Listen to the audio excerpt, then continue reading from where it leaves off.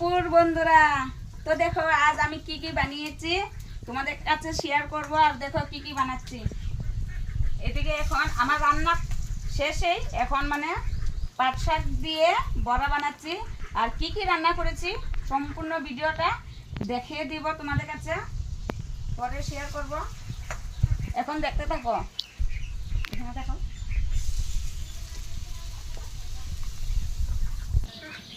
এই দেখো এখানে শাশুড়ি মা কি পিঠে বানাচ্ছে, মালপোয়া।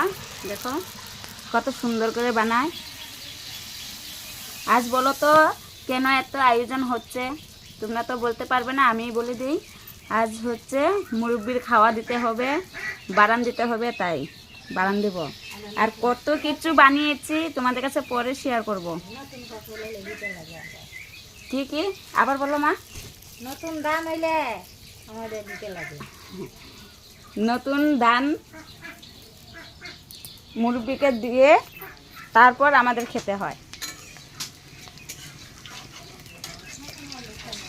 ক্যামেরাটা ধরার মানুষ নাই, আমার মেয়ে স্কুলে গিয়েছে তো তাই আর এত ভালোভাবে ভিডিওটা বানাতে পারছি না।